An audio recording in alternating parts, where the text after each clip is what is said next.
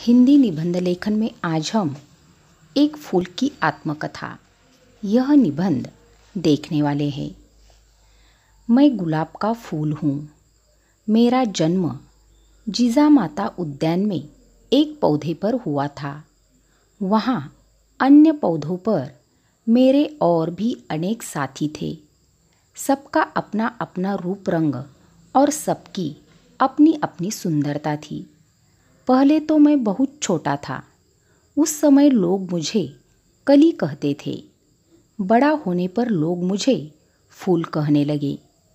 मेरा बचपन उसी उद्यान में बीता। मैं अपनी माँ की गोद में हवा के झोंकों के साथ झूमता रहता था।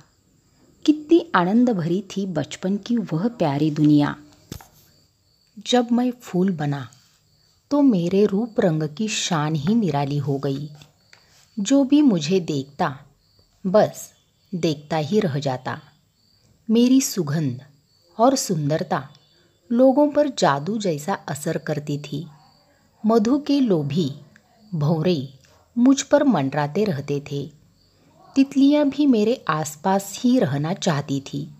सचमुच मेरे जीवन का वह सुनहरा समय था। मगर परिवर्तन जीवन का एक नियम है। मेरे जीवन में भी भारी परिवर्तन हुआ। एक दिन सुबह माली बगीचे में आया। उसने बहुत निर्दयता से मुझे मेरी माँ की गोद से अलग कर दिया।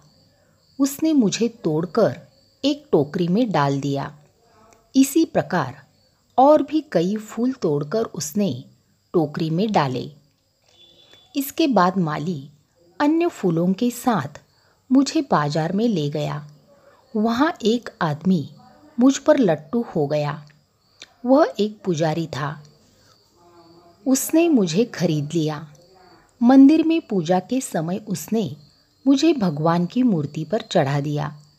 भगवान के मस्तक पर पहुंचकर मैं फूला नहीं समाया। मैं अपने भाग्य पर इठला रहा था। पर हैरी किस्मत, कुछ ही मिनट बीते थे कि मेरी तकदीर बदल गई। पुजारी ने मुझे भगवान के मस्तक से उठाया और एक भक्त को दे दिया। मुझे पाकर उसकी खुशी का ठिकाना नहीं रहा।